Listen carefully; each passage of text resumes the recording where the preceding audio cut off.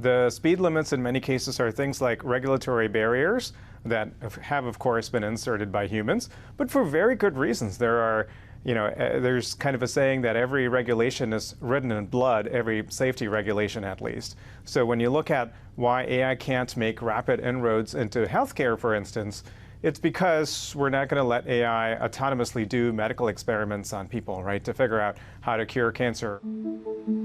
Samyukta Malanji has seen that firsthand. She's an oncologist who has been hired as Vice President of Clinical Strategy at Open Evidence, a medical chatbot that was recently valued at $12 billion and has been called the ChatGPT for doctors. I'm a little bit circumspect when it comes to those sort of grandiose statements around AI tools just replacing physicians entirely. But I do think that there's definitely going to be, a world in which AI tools become a part of clinical practice. And I'm excited to enter that world, to be honest. I certainly do not think that they're going to replace physicians.